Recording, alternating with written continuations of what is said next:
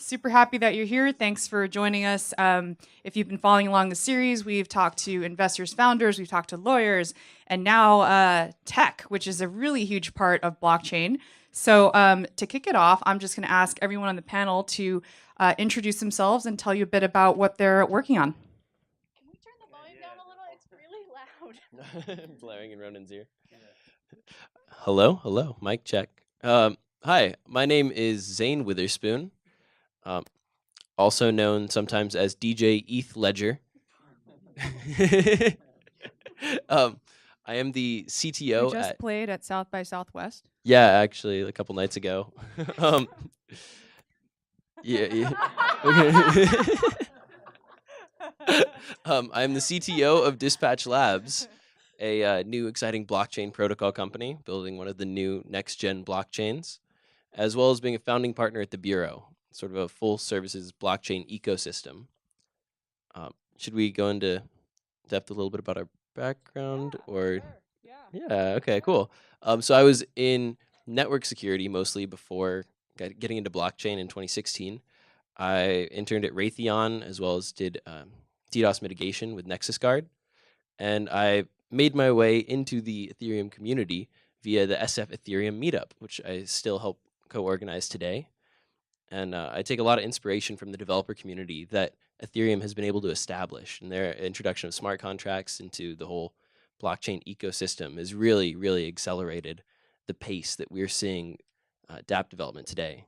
So that's sort of the basis for what we're doing with Dispatch Labs, sort of building upon and trying to push forward. And I think it's really, really cool to be able to stand on the cutting edge of where technology is, and then to do what we can as technologists to just like push it a little bit further. Cool. Thanks. Hi, my name is Monica Quaintance. I am the lead engineer at a blockchain startup, a next-gen blockchain startup, as apparently we're calling them now. It's called Kadena, and we have a scalable proof-of-work solution and a smart contract language that is a Lisp, which means you no longer have to write Solidity ever again. That's the goal. Yeah. If you've ever worked in Solidity, you should be clapping right now. So we are hopefully rolling out our platform by the end of the year, and there's a lot going on right now with that, so we can talk about that later. I was a data engineer for 3 years, also doing some systemsy things. And before that, I was a quant at the SEC. And before that, I was an investment banker. So lots of different perspectives from the New York finance-based regulatory perspective. We can also talk about that. Thank you. Hi, my name is John. I'm one of the co-founders at a company called Enigma. We're doing so basically what we think is privacy is a huge issue on blockchains, and blockchains as is will never get to a meaningful let's say use if you cannot move beyond pseudonymous identities to actual identities. So what we do is we're building a protocol, and we have a concept called private contracts. So imagine smart contracts where the inputs are not visible to everyone. So this way you could work with sensitive data and really expand the let's say the range of applications beyond just sending and receiving money. My background, I'm not a technical person. I'm on the business side of things. My co-founder, we were all at MIT, and this came from his research, which was published in 2015. And I think we're set to have our protocol out this summer. Yeah, my name is. Whoa.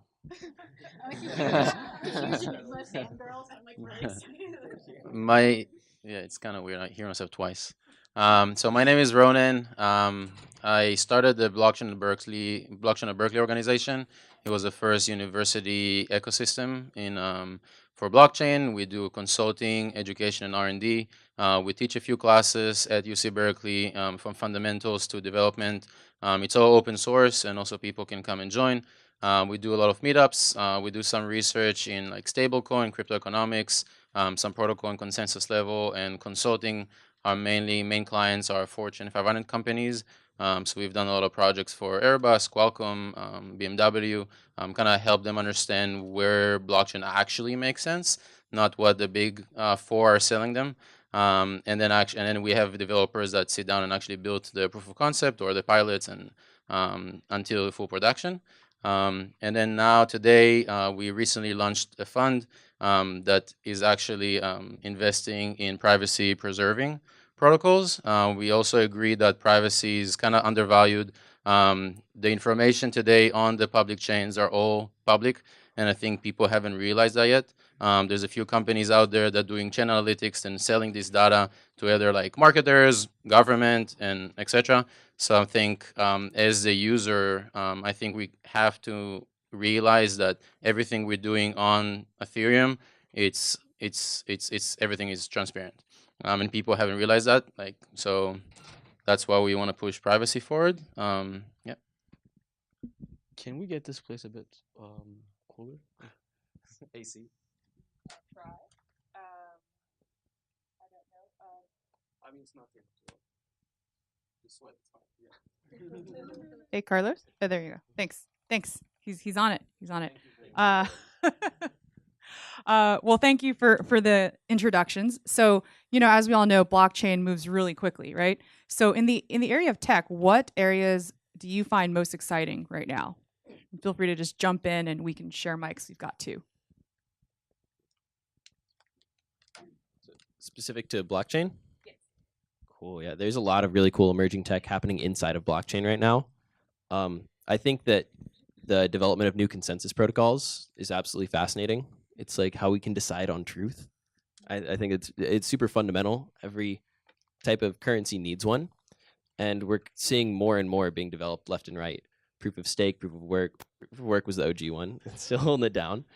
We know it works, which is great. A lot of the new ones are kind of like not battle tested yet, but especially with the emergence of DAGs and like non-sequential chains and transactions, to me that's where the really exciting stuff is happening. On top of all like the privacy developments and all that good stuff that I'm sure John can tell us all about. Would you mind giving a simple explanation of some of these terms that you just mentioned? Yes, I can absolutely do that. So consensus algorithm, let's start high level, is how the protocol that the nodes in the network use to determine, in most cases, which transactions are valid and which transactions don't make it into the chain. So proof of work is the one that Bitcoin and Ethereum use, at least for now. It involves mining, so most of you have probably heard of that, and it uses the work that your computer puts in to be sort of your percentage of work in the network is like your percentage of the tokens that are printed every 10 minutes or 15 seconds, depending on the block time. Proof of stake is a sort of similar consensus algorithm where instead of your hash power being the determining factor in your percentage of the tokens that you get, it is your stake in the network, how much money you've got. And there's different implementations on how it works, but that's the general concept.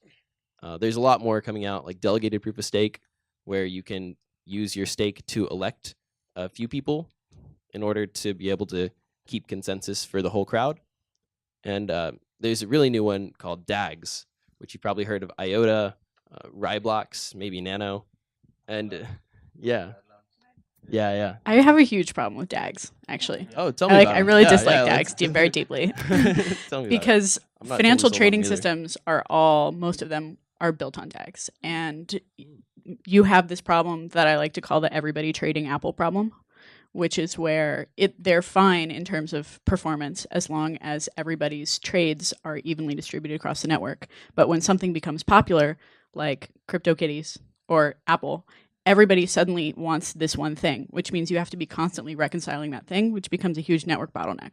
And no one's really ever tested a network implementation of a DAG in that kind of way where you might have a bottleneck. And nobody's been able to prove to me that it can survive a really CryptoKitties type of an app yet. Yeah, exactly. So like, there's still, that's what I was saying, that most of these newer protocols, especially DAGs, are not yet battle tested. A lot of them are vulnerable to much lower threshold of attack than like proof of work takes 51% of the hash power to take over the network and validate potentially invalid transactions, double spend money, versus something like IOTA, which sort of has a 2-for-1 model. Every time you publish a transaction, you have to agree that two previous transactions are valid. So you sort of like check off those, and then you hope that people validate your transaction in return. And that one has a threshold of 33%. If you can make more than 33% of the transactions happen, then you could theoretically take over the network just like that. So we're still, it's a long ways to go, but we're right on the frontier. That's the exciting part. I don't know if that's exactly the future, but it's exciting to answer Audrey's question. So you hate, okay, go for it. So other exciting technologies are coming up. I know you are working on scalable proof of work, but I think Lightning is pretty exciting. So the Lightning Network is essentially allowing a user or whoever participant to stake or like bound Bitcoin, for example, and then create a channel that, let's say, me and you can now transact 1 Bitcoin between each other as much as you want, like micropayments, and then at some point we reconcile it back to the main chain, and then we can see how much is actually people have. That's like the very abstract way of explaining it, but it's much more complicated. It's like Venmo. Kind of like Venmo, yeah, I guess. You might have. No. I love the Lightning project and think they're really cool. Yeah. Yeah, no. So I mean, you probably can, you've done more research on that aspect than me. But I think once it's actually gonna work, and you can actually connect two chains together that has a lot of network effect, it's actually gonna create a double network effect. And then there's some, dApps that are building on Lightning, trying to be built on Lightning. It's very early stage, but I think this year or towards the end of the year, they're supposed to release the mainnet is out, but it's not very safe, and they don't recommend any people to use. So I think this is one interesting development that might solve a lot of problems that we see today, but it actually does have a lot of problems. Another thing that I actually found out why it's interesting recently, it's usable proof of work. So I know there's a lot of negative about it because people think it doesn't make sense. But that being said, if you can create a proof of work that then you also use it for, let's say, running AI models or something. Right now it doesn't exist, and it's very like futuristic. But there's a few big mining companies that are working on AI chips, and they think that this is where it's gonna go. So that's why I find it interesting. Can I talk about the Lightning Network? Yeah. Go for it. Yeah. I mean, I don't invest in them. I don't care. Okay. I like the Lightning Network. They belong to a family of what I like to call secondary networks. So you could build the Lightning Network on top of any network. And the idea that you can break off a chunk of liquidity and make a bunch of microtransactions and then bring your liquidity back onto the network. It doesn't necessarily have to be Bitcoin. It could be anything, any network. And I think that it's really neat that they're making these secondary tooling solutions. The reason that I don't think that Lightning Network is necessarily viable for all transactions or all portfolios is that if we have a channel and I've broken off like 1 Bitcoin so that we can do stuff, and then you want to do a thing, so then I have to like break off another Bitcoin and do it with you, suddenly I've tied up all of my liquidity and I can't actually do anything anymore because I like have a side channel with you and a side channel with you and a side channel with you, and then suddenly I have no more money. So they've been experimenting with these multi-party things where like you might have a massive bundle of Bitcoins, and in exchange for a fee, you will stake your Bitcoins so that we can use them as our liquidity channel. But like starts to get really complicated, and then you're like sort of becoming a market maker. So, but the Lightning Network's cool. But I think that's a neat idea if you're trying to do like a decentralized exchange. But building on the second layers, I think like the second layer protocols are great for basically scaling up. I don't know about your solution. I will look into it, but like it's great for scaling up the network. And I think like there are two different kinds of. I want to move away from transactions and go to computations, because actually transactions are computations. There are two different types of computations that I think we should think about. One is doing high frequency, low computing power transactions, call it like something like CryptoKitties, and then the other one is more on the one-off high computation computations, say like you want to stream a video. And I think like in those areas there are different side chain solutions. I think Plasma idea is interesting, but it has a lot of holes in it. I think just reconciling with the main chain is an issue there. I'm really interested. How do you feel about Thunderella? Do you like it? I think it's really cool. I haven't looked enough into it. Okay, you should look at it. It's really Okay. cool. It's out of Cornell. Okay. Is it Elaine Chain? Yeah, it like says that. Elaine okay, Chain's yeah, thing.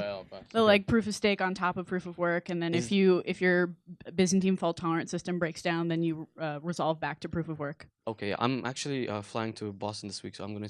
Okay, hear her go speak. Yeah. talk to her. She's really Exactly. cool. Okay, awesome. So that's one cool thing, and I think another cool area is how do you in these side chains create an incentive structure um, where multiple people can validate different computations, and you move away from like this, like within side channels. There's like I wouldn't call necessarily a consensus, but like how do you get into like validation that a computation that's running off the main chain is actually correct, and how can you bring it back to the main chain? I think like these are very interesting questions. Like you see interesting design principles that emerge around these things. So to me, those things are very interesting, and obviously privacy is something interesting. But I think we can come to that later. Nice, nice. So I heard a lot more technical phrases in your three answers on top of my own. So I question, yeah. So I actually want to see how much dictionarying is necessary, if that's cool. If I can ask you guys, so how many of you have been to a crypto meetup before? Very nice, pretty good. Classic crowd, yeah. It's solid. That question was Oh. more relevant like a year ago. Yeah, I know, right? Even if you don't, doesn't mean you understand. You know? Like, you don't Coinbase, it's like a thing. Exactly. burned by BitConnect. That's You saw that awesome Yeah, right. BitConnect. How many people here are engineers? Okay, solid, dude. This is sweet. Yeah. So, right off the bat, this is already a really, really awesome panel. Like, usually you go to the crypto panels and everyone's like, "Yes, I agree." Here, I'll mimic back something you just said. Yeah, but this is cool. We've got some contention here. Thanks. So I talked about Byzantine fault tolerance. Who here is down with Byzantine fault tolerance? Like, yes, maybe, no. Okay.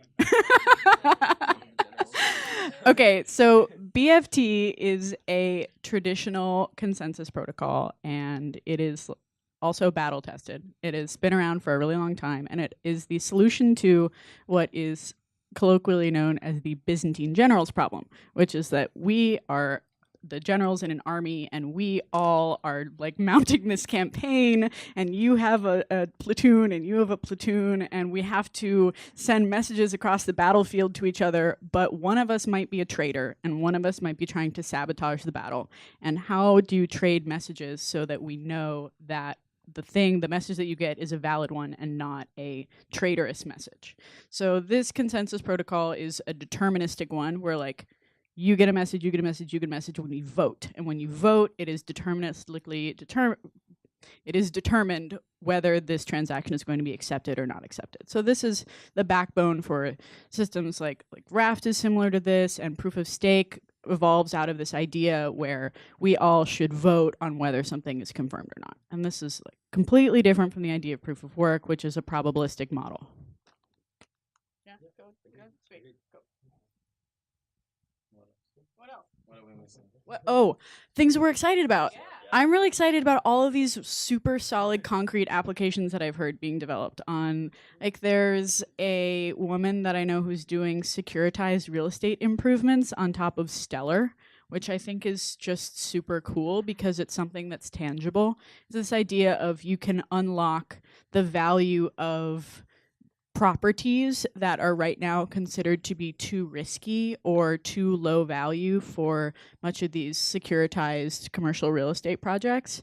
And so instead she's doing it on a blockchain. So there are all these like beginning to be real value projects that's not just CryptoKitties, and I think that is super cool. Not that CryptoKitties isn't cool, but it's not like, real estate. Do you know how does she interact between the physical world and the digital world, and how does she? Because I assume like she is inputting the data, so you have to trust that the data that she inputs is trustworthy. Right. So right now it's people I believe that, and she should be speaking to this, not me, that the idea is that in order to register for this program and in order to be securitized and get a loan through this, that you would submit documentation which has to be verified before you can be part of the network.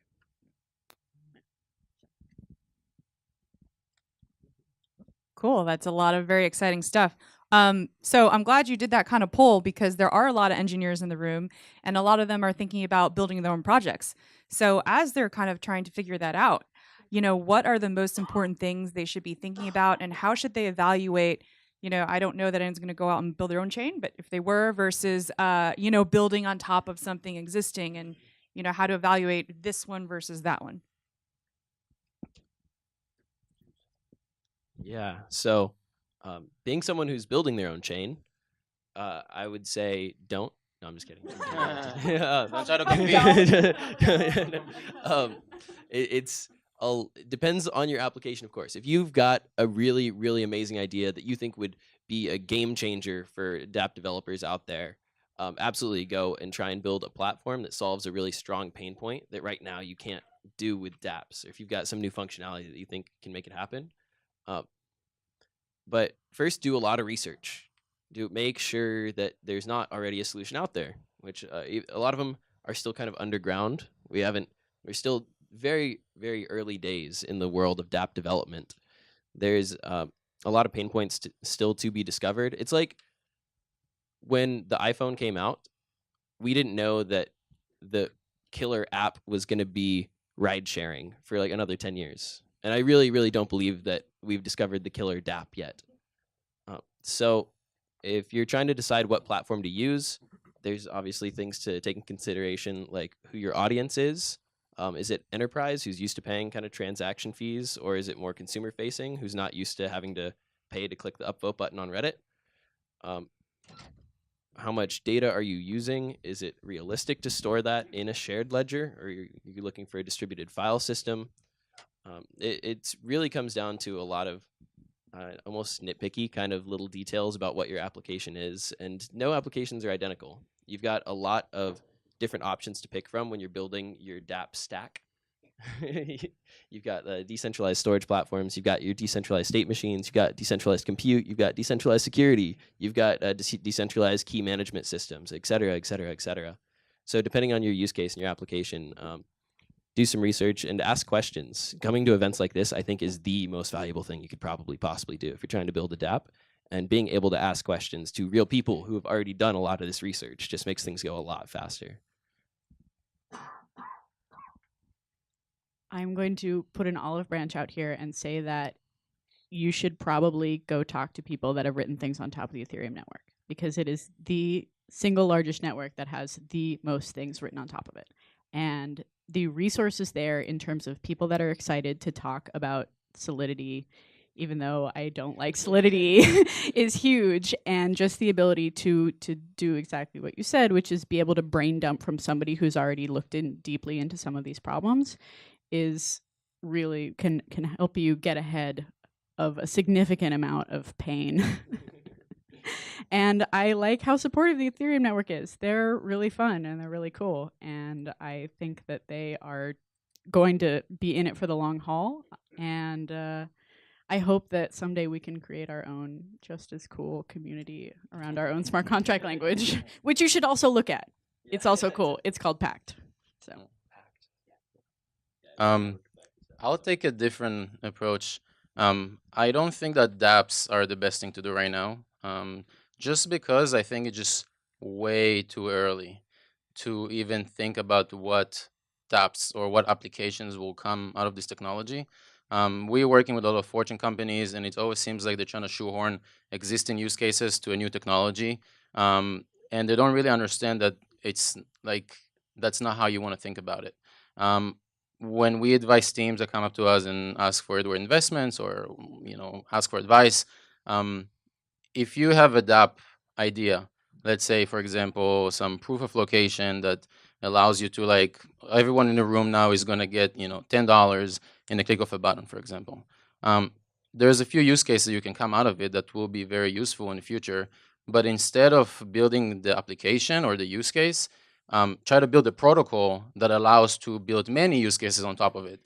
because I think like today the protocols are broken. Like most of them don't work. Ethereum like works, but like we kind of see there are a lot of problems, and it hasn't been proven that they can solve their problems. There's a huge community, large developer community, which will maybe solve these problems, or maybe we'll see Kadena solve their problems instead. You know, and like people, and yeah, and you know, it's gonna be so easy to move from Solidity to Pax, right?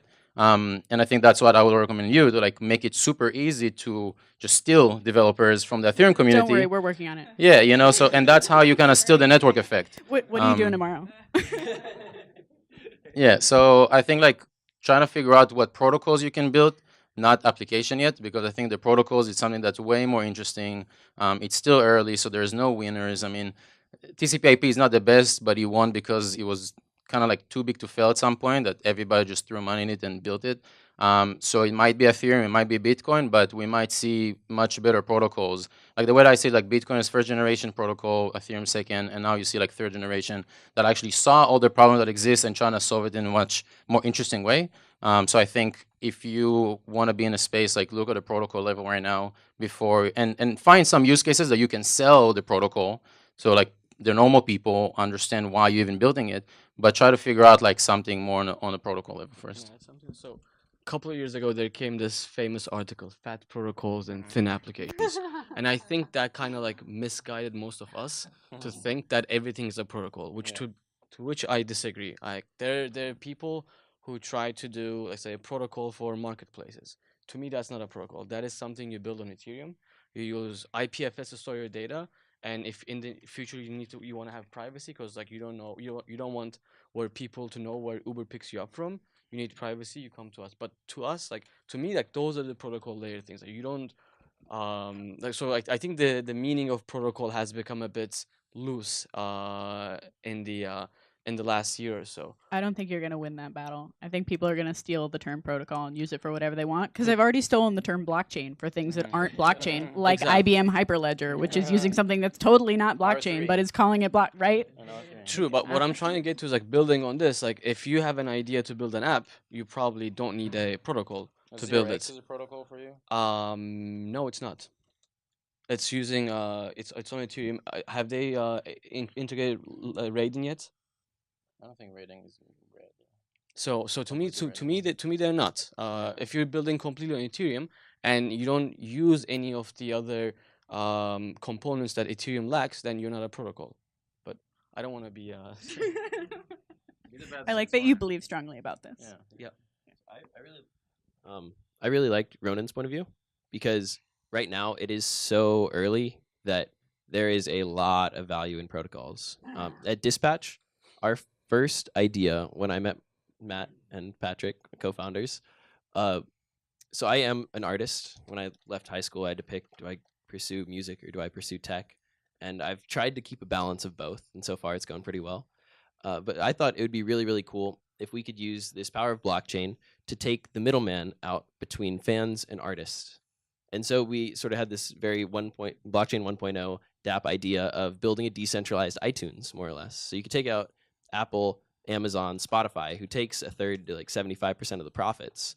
And so we were like, all right, cool, let's do it. And we started looking around at the protocols and we were like, ooh, data, this doesn't fit with blockchain. And we found that pain point in building the DApp. Didn't And we sort of Imogen pivoted Heap put over. out an album on Ethereum? I believe you can buy the rights to the album, like sort of like buy streaming rights, like on Okay. Spotify or iTunes or something like that. But you don't download it off of the blockchain. Okay, Yeah, okay. yeah, they're doing payments. So we realized like it's dumb to isolate them. So that's where we did exactly what Ronan's talking about. And we're like, wait a minute, this is a pain point that I bet a lot of DApp developers are facing. And so we decided to pivot more towards the protocol level. So totally agree there. Yeah, we were focused on protocol from day one, but Us too. It's fine. So one thing that just came up is IBM, right? So how do you guys feel about public versus permissioned blockchains? Go for A lot to say. yeah, I don't think so. Okay, permission blockchains or like federated, whatever you call them, have an element of trust, and when you have trust, you don't need what we talked about as consensus, and it becomes a shared database which to me none of the federated blockchain efforts actually, in my opinion, are true blockchain projects. Whoa, that's really harsh because Oh, we yeah. also have a private chain that's been running for the last like year and a half. And no, that's you don't have to use it. It's fine. We have a we have a healthcare company that's using it right now to do a traditional Byzantine fault tolerant consensus protocol in with their competitors. And they are using it's this environment where it's trusted because everybody who's participating in the network, you know who they are, you had to let them in, but it's still adversarial. It's not a shared database because you don't want to give them the keys to the kingdom. Instead, you want them to sign something, put it on there, and everybody knows who did it. It has attestation. It has custody of this particular piece of information. And so that I think that there is a good use case for. So is it more like proof of existence that this thing happened and you signed and put it there, so you have a distributed database where I mean, it's not a distributed database because it's a mean- Byzantine fault tolerant blockchain system. okay, but like Don't. don't What is the use case? The idea is that we want to have a sharing of data, and when something changes, I'm going to change it and then put it onto this chain, and nobody could ever go back and modify it. Nobody who can go in and you could never change history. You could never go back and rewrite what happened. These are the problems with a distributed database, is that you could potentially go back and make modifications, but you can't make future blocks on a protocol that is Byzantine fault tolerant without rewriting history. And you can't do it. That information is what, like, patients, like information. We can't really like. Well, I we're mean, still you under can talk NDA, in general. but in general, yeah, like, the idea is like. where is this? So, assuming you have 7 competitors, essentially, and like, so now everybody owns the same data everywhere. Yes, it's that they get fined by the government if the data that they're using is not up to date, and the fines run into the like hundreds of millions of dollars. So everybody wants to know that everybody's using all the up to date data all the time, but they want to know who's changing it and who's making the modifications. So everybody has a vested interest in paying into this system, hosting a node, making sure that all the data is consistent. But they don't want to do like a public thing because it's just like you and your 6 buddies. And is that, let's say I'm one of the hospitals. Is it hospitals? Healthcare. Okay, I'm a healthcare provider and I put data there. That data just comes from me and everyone takes it as a given, right? Well, you have to attest that this thing is true, and then if it turns out it's not true, then you get fined. Okay. See, to me, more of like the blockchain concept is everyone has to be able to verify that what's coming in is true. That you don't need to have an outside attestation. But I mean, But people put stuff into smart contracts all the time that may or may not be true. True. That's a problem. That's a problem. I mean, like if you're believing in a single source of information, then like the whole idea of consensus and this like decentralized like trust to me becomes very weak. But I mean, if it serves some industries, that's perfect. It's definitely getting used. It will continue to be used. Well, I mean, we work with a lot of big companies. One thing that we've noticed that because now there's this thing called blockchain, it actually make big companies look internally at their internal processes and try to figure out whether it's not efficient enough. Before that, they're like, it works. I mean, it might not be efficient enough, but there's no really need to look inside and see if we can make it more efficient. And I think a lot of like the media created this like, oh, it's gonna make things cheaper, more efficient, more secure. Blockchain could be as insecure as as a database. Like, it doesn't make it more secure per se. And I think that's one thing that actually allow companies to become more innovative internally, to look how things work and see if there's some blockchain to be used here. Second, I think that the main net is going to be public. That's my stance. Today, there's the web and there's VPN. There's companies use internal networks to do certain things, but in order to actually communicate with the world, they have to use the web. So I think the permission ledger type of like approach allows companies to feel more confident or comfortable to kind of try this new thing without actually sharing all this information on the public. And also, the public net is not private. So a lot of companies realize, oh, we can share all this information in the public web because today we have an access, we have a wall to what we decide to share with the world. And with the blockchain, there isn't really a way today. So that's why they prefer to use the Hyperledger, like all this, I don't think permi- anybody prefers to use Hyperledger. Well, I mean, it's funny because people ask us to actually build on Hyperledger. So, I mean, I think IBM did a pretty good job, like, shilling it. But, but I mean, at the end of the day, I think you have these private networks between kind of trusted entities or semi-trusted entities, and it's feel much more comfortable for them to use it. But once there's some privacy component integrated into mainnet, they realize that they can just use the mainnet if they need to. So that's kind of see where things are going. Yeah, our hypothesis, because we have a smart contract language that works both in private and public on both of our projects, that we believe in this idea that you might want to create something in your private network, realize that it has a public implications, and then you can migrate it over in a fork to the public network, and that you can move back and forth from the two. Exactly. So that's what like Quorum kind of working on. They have this kind of like public chain between everyone, but then there's like private chains between participants. So like me and you can, for example, transact with each other, so we see all this information, but like, Zane can't see what me and you are transacting, but we just like reconcile to the mainnet, and it's pretty private. Like, he doesn't really know what it is. We just like, so it's like the hybrid of public and private kind of like That's kind of cool. Who's doing that? Quorum. Quorum. We have 2 of the Quorum developers now working on our project. Yeah, we sort of ate them. Yeah. They're really great.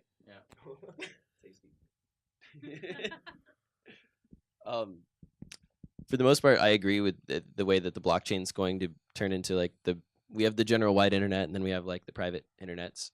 But people right now, because of how early we are, have really strong opinions on private versus public, as you've heard just now. I remember when CryptoKitties was breaking Ethereum, people got so upset at CryptoKitties. They were like, why would they put something like this on the main net? They should have definitely put this on their own private thing. And people were like, what do you mean? Why? It's like you're trading kitties with your friends. They're like, a public network is like a public lake. It's cool to go fishing in, but you shouldn't take a boat and drag a net, catch all the fish. So I think they're in that sense they're talking about the bandwidth and what the capability, what it's called. It's a weird metaphor, but I think that goes to show the fact that right now what we're working with is so small. It's like a lake that we can all see each other in. As the technology is growing and as the networks become bigger and bigger and more capable, it's going to look much more like an ocean than a lake as it is today. Yeah, I think like when the DARPA kind of moment today. Yeah. It's not even the web yet. Like we're trying to like figure out Netflix when we have like a dial-up mode. I love CryptoKitties because it means that suddenly everybody's talking and thinking about scalability in a way that they weren't really thinking about before. We suddenly have to consider throughput because people actually are making things and they're popular. So I actually love CryptoKitties. I like the CRC 721, which I think was brilliant. Yeah, it's good. Yeah, you want to explain it? Yeah, so the ERC 721, most of y'all have heard of ERC 20, right? So This is all the ICO that you invested in. Yeah, exactly. These experienced traders here. So the ERC 20 is for fungible, and definitely correct me if I'm wrong on this, but my understanding is the ERC 20 is for fungible tokens, which means that one is worth one. They're all pretty much the same. And ERC 20, the easiest way that I think makes sense to explain, sorry, the ERC 721 is non-fungible, meaning that you still have all these unique tradable tokens, these kitties, but they're unique. They have unique identifiers, and one is not necessarily exactly always worth another in its simplest form. Yeah. So imagine now you can put a title of the house on this token, and you always know that this is exactly this house. If you make another one, which is the same one, you realize that maybe there's something wrong, or maybe it's 2 buildings under the same address. Like it's like you create unique tokens for certain assets. So it can be a car, it can be a title, it can be any title.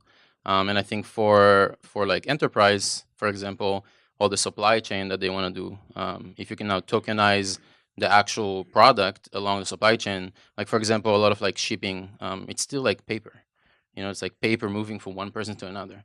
So if you can just like tokenize it and be like, okay, I know the provenance of this paper along the supply chain from China to the U.S. Now it's like tokenizing or like digitizing this process that you couldn't do before on the mainnet. But I think it's still pretty early. Can I ask you something? So okay, when you say you tokenize a house, you like this is someone like in the real world saying this house is mine, and gets like, maybe you get someone to some government authority to sign this. But like let's say you're doing supply chain, you're doing a T-shirt, like I'm the one who produced it. Here are the like the materials. No one gets to really check that, and then that kind of like progresses. Yeah, so my problem is, and I think like this is what a lot of people are missing. If you're trying to bring outside information, like real world information, to this blockchain world, then there's this big problem of like if like what is truth, right? Like how can you really manipulate it to what extent this is called an oracle problem, but to what extent can you trust this data that's coming in? And one of the reasons why I think that like a lot of people think about how to, as you mentioned, we're in such early days. A lot of people are trying to think how they can retrofit current ideas into the blockchain world, but there is this big disconnect between the real world and the blockchain world. And unless you are willing to trust someone with the ultimate truth, then and in my opinion, it's a bad idea. Then it's a limitation. I agree. By the way, I think Cool. there's a problem between when you try to connect the physical world and the digital world, there is a trust problem, and you can try to distribute the trust between, let's say, for example, a bunch of auditors, and if they all sign it and then it becomes on a blockchain, you say, okay, like 10 auditors said it's true, probabilistically it's probably true, but there is a big disconnection. That's why Bitcoin is fine, because it's all stay within the digital world. But then like Ethereum oracles, you trust Bloomberg website, like someone scraping the Bloomberg website and put the data of a stock, for example, into a smart contract. So you have to trust that Bloomberg didn't mess up the quote. So there is a trust issue when you try to input physical data into the digital data, like world, essentially. So the reason I think it's not that big of a problem is because we already have all this infrastructure in the real world built around trust. I can claim that my house is mine because I know if someone else tries to take it from me, I can take them to court, and I have trust in this system that will get them out of my house. I think a lot of the trust on the blockchain will come once we've got identity on the blockchain, because once we can hold people accountable for the things that they're inputting, then we're going to have a lot of this existing infrastructure all of a sudden be able to apply. So I can actually hold my deed on the blockchain instead of having it on here. And that's just a distribution of private keys problem. Nobody knows how to deal with private keys yet, but we're getting there. Slowly but surely, thanks to money. I actually surprisingly agree with you on this one. Oh, look at that. We're friends. I know, right? That I believe that right now, and I'm not sure if we're ever going to move away from this, that smart contracts are not contracts. They are for enforcement. Smart contracts are for enforcing something you have already decided is true. And right now we use the blockchain for, like, we enter into a smart contract and you know that you can't violate that because math. But the fact that we entered into a smart contract in the first place, like, we had to agree to those terms. And the agreement in a contract that happens outside the world of the blockchain and becomes some sort of an oracle input is not necessarily related in any way to whether or not it can be enforced or can't be enforced. So I actually think the term smart contract is totally misleading, because it's not a contract at all. It's just an enforcement of an existing contract. Cool. Love all the dynamic, going back and forth here. So we've already kind of like alluded to this already, but privacy, kind of a big deal, right? And I think y'all have more opinions on this. So who wants to kick it off? Privacy guy. Yeah. So I think privacy becomes really interesting. What we think is, I kind of alluded to this. Right now, we all have our addresses. There are a lot of people who really criticize this technology, saying you're never going to have your entire bank account visible. And I think as we move forward, you're going to have, like, let's say you're playing decentralized poker, you're going to have an address for that. You're doing some sort of lending on chain, you're going to have a different address for that. You're going to have 5 different addresses across 5 different chains. One thing that we're really excited about is how can you actually bring those addresses together prove that you own them. And once you bring all this information in a privacy preserving way, what kind of value you can create. I think privacy is, I mean, scalability is the most important thing. I'm not gonna lie because I'm not working on this, but I think for blockchain to get real use, privacy is absolutely necessary because um, when there's identities, there's some trust, and there's ways of holding people more accountable. So we're super excited to be working on this. And like, if any of you is interested in like what we're doing from a more technical perspective, I'm happy to take questions after. Do you guys use ZK snarks to enforce privacy? No, we don't. So we are so ZK snarks are good to verify something once, and once that's a fact that's verified, you can like make sure that it's correct. But it gets really limited when you want to do like general purpose computation. We're using something called secure multi-party computation, which is but it also has a ton of limitations. The idea is you distribute data across, let's say, the entire room, and unless everyone colludes, that you cannot reconstruct my data, and then we can do any kind of computation on it. But the problem with, I should cut maybe. The problem with cryptographic encryption, I'm sorry, software encryption is it's super slow. So we're both building MPC, but we're also using Intel SGX, which is trusted execution environment, where there's trust in not the node, but in Intel. But that way you can run very scalable private computations, and we think that's a good trade-off. I love secure multi-party computation. Thank you. I love it so much. I tell people that if the whole bubble goes bust and we get nothing out of all of the crypto wave other than secure multi-party computation, it's going to be worth it. Because I think that it's going to be huge. That existed Huge. before, though. I mean, Yes, it's it's been not around for created 20 because years. of the blockchain space. Yeah, but not in like such of a wide adoption, wide scale, people knowing what it is, really making good use cases out of it. So like MPC is essentially, let's say we all have our salaries, right? Like just like an abstracted away a little bit. So we have our salary and we want to know who has the highest salary out of everyone without actually revealing who has the highest salary.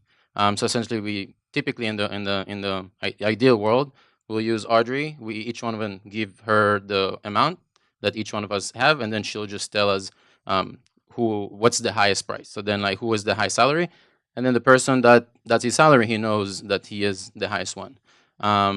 Then in the real world, if you don't have that third party that can be that trust, you essentially have this like function that allows you to correct me if I'm wrong, essentially prove the function in the same way but without that third party.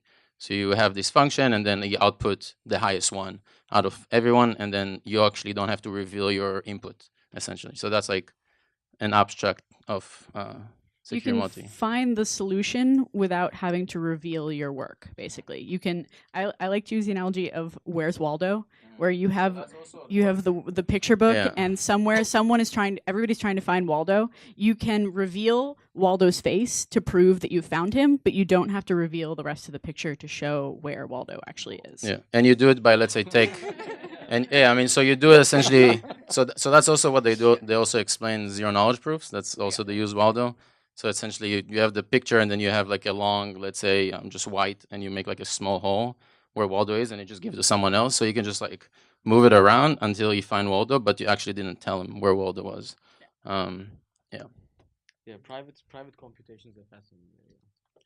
Yes, I think privacy is extremely important. Like I think I mentioned earlier, if I know your Ethereum address, I know what ICO you invested in, whether you're addicted to CryptoKitties or not, like, how how much net worth you have, right?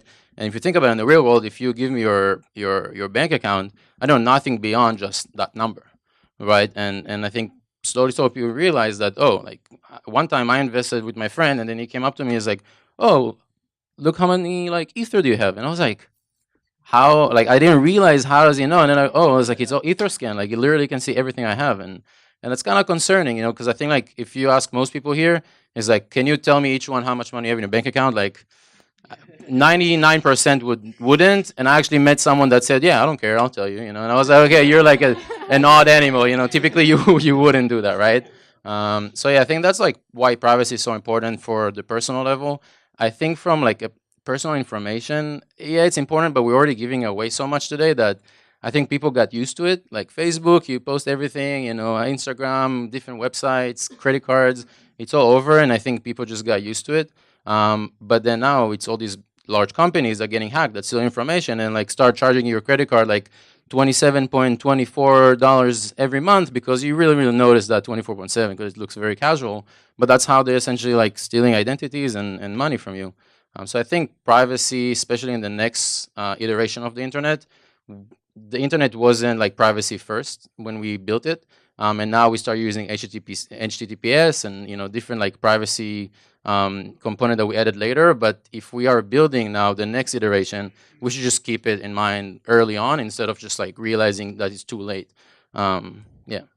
So it seems like you're really into the idea of identity verification, but then you're really into the idea of concealing your identity at all times. How do you reconcile this idea between like you wanting to be trustworthy, but at the same time not wanting people to know anything about you? So the way I think about this is, so right now most Like Monero. Let's talk about Monero.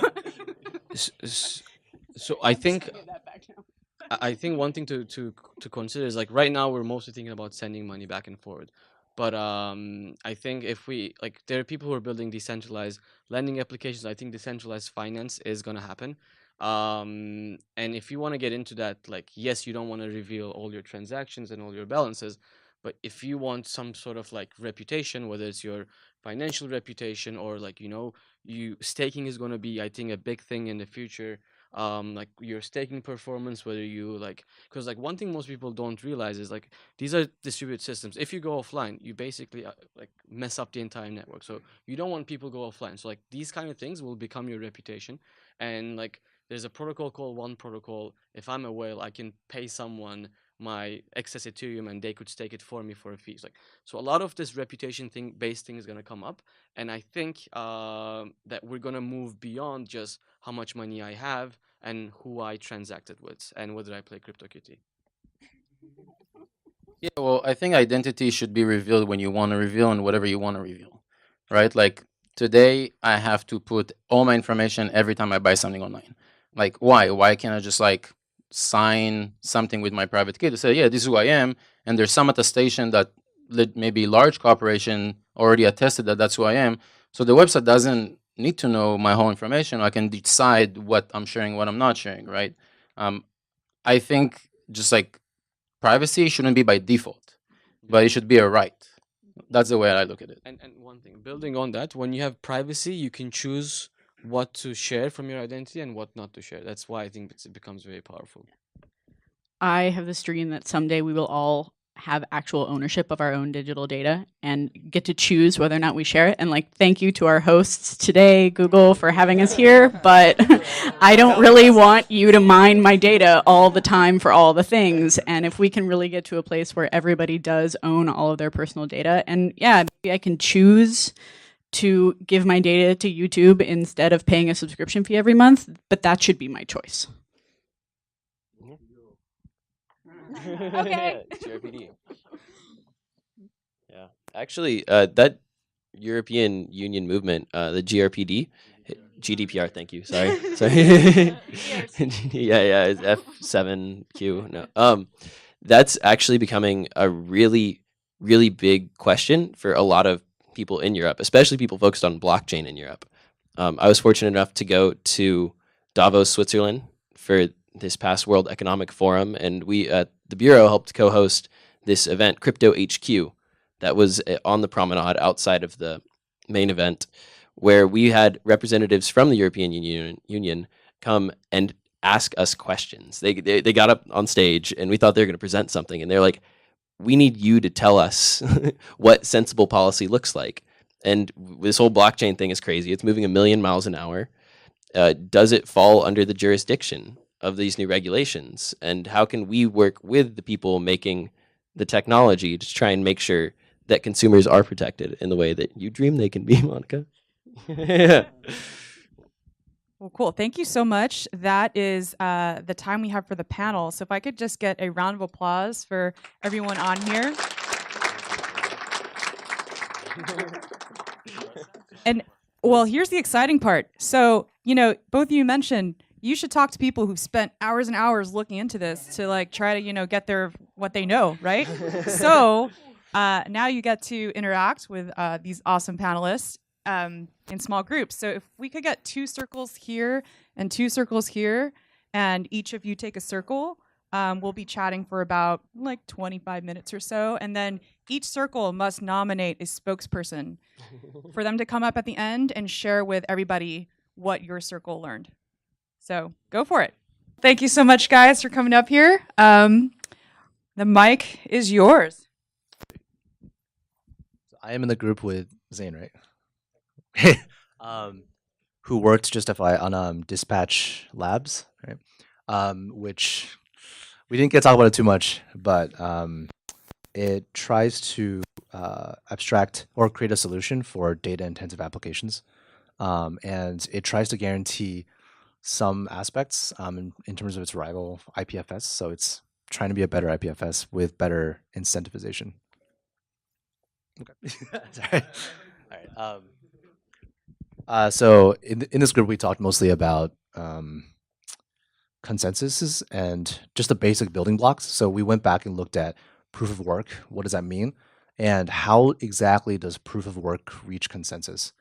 I think this is a topic that a lot of people kind of skim over a little bit, but a lot of it has to do with the details. So a case that we just talked through was really simply multisig. What happens if you want to enforce a real world idea, which is, somebody wants to sell me a diamond. Let's say Alice wants to sell Bob a diamond.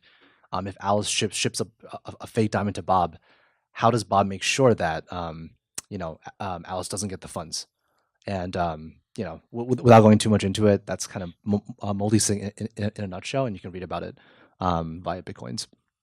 Other proofs for consensus that we talked about were proof of stake, and specifically federated proof of stake, which is what Ethereum seems to be moving toward, which is specifically you take a subset of people in the network who have the highest worth. You trust that they have trustworthy actions because they have an incentive to keep the network going and make themselves most trustworthy. And so what you have is that's kind of, it's not been battle tested, but that's kind of the proof of stake that some new cryptocurrencies are adopting. And then the last topic we talked about was, I think it's called the signal or the gossip protocol, where what you're trying to do is solve the Byzantine generals problem by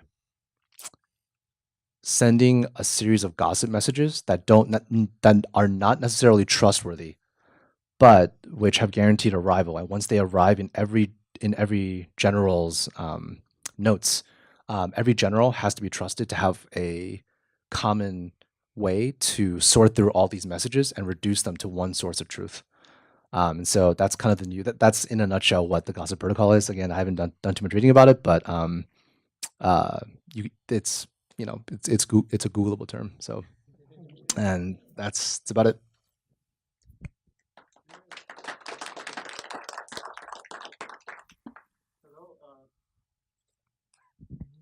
Can you hear me? Yeah. Our group, our panelist was Monica from Kadena. And we had a bunch of variety of different questions, not on a single topic, but one of the topics was performance. But questions varied from, we learned, first of all, like how can you spot an MBA in a group? Like they would say, I would like to build on that. And that's like a, like if Waldo had an MBA, that's how you can spot him. Some of the questions about blockchain involved money laundering and what is the responsibility of a developer. And Monica was like in the opinion that it's not really the responsibility of the developer, but if you're passionate about certain ethical issues or any kind of issues like that you think they're currently broken, definitely as a citizen you should volunteer your time and effort towards those.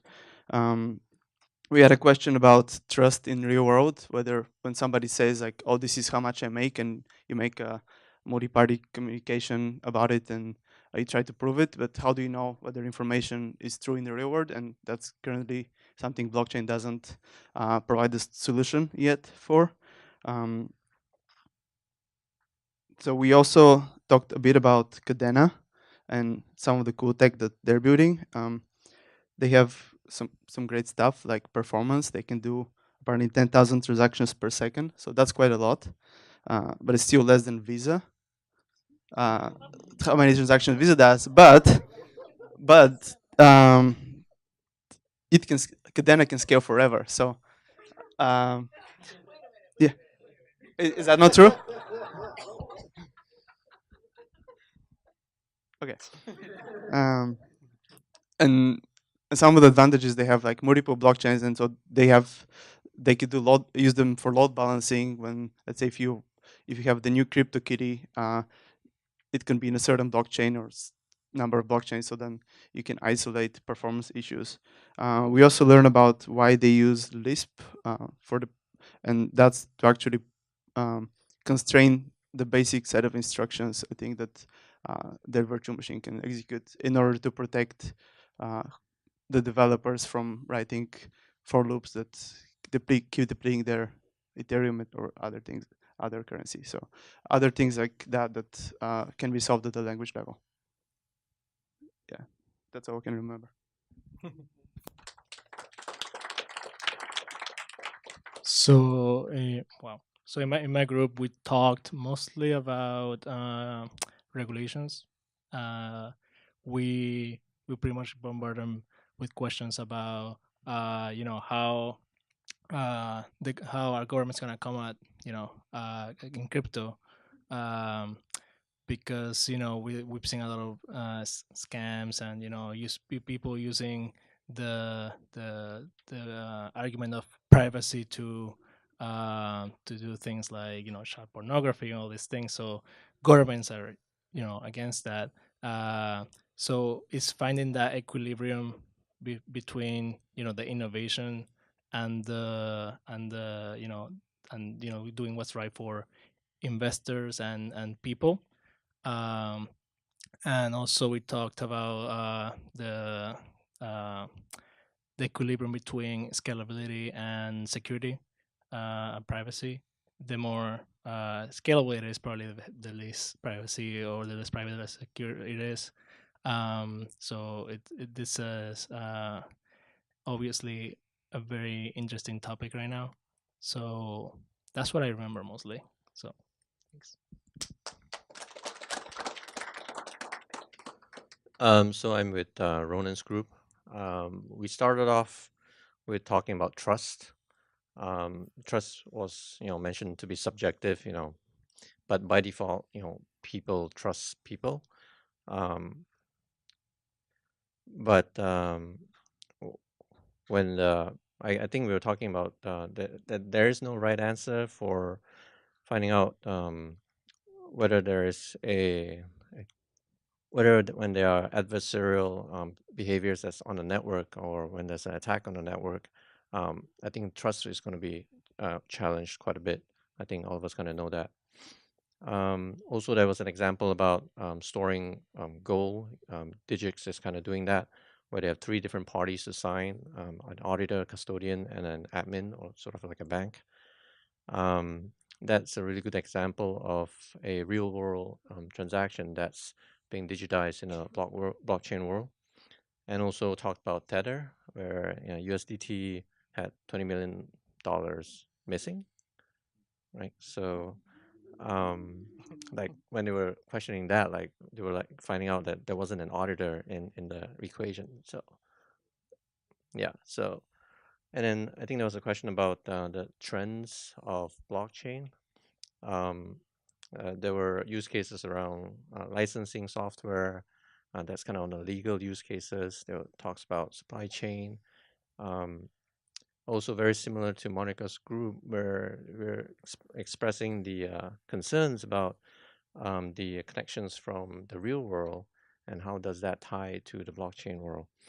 Um, then the conversation went to the credit based um, economy for the unbanked borrowers, where um, there's a challenge there because folks in the unbanked world are usually not tech savvy, and there will be like onboarding issues.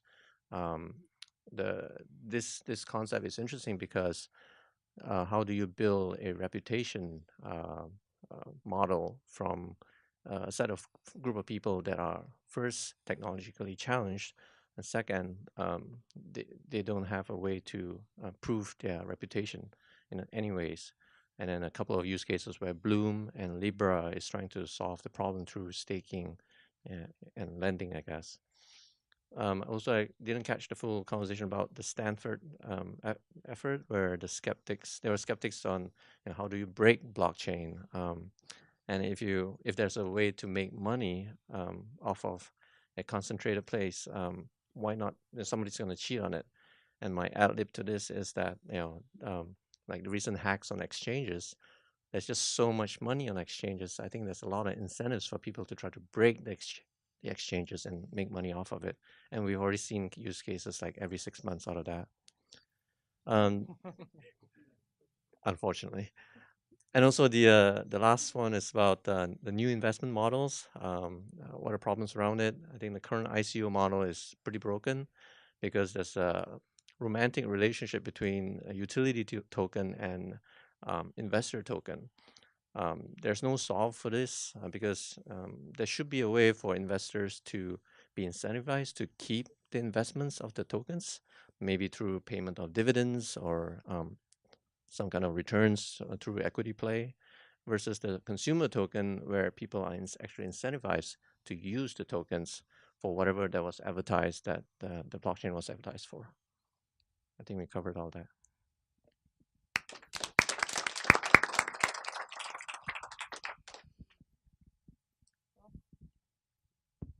Well, that's it. Thanks for coming out, and we'll see you next time for marketing, PR, biz dev partnerships. Before we go, let's give Audrey a round of applause.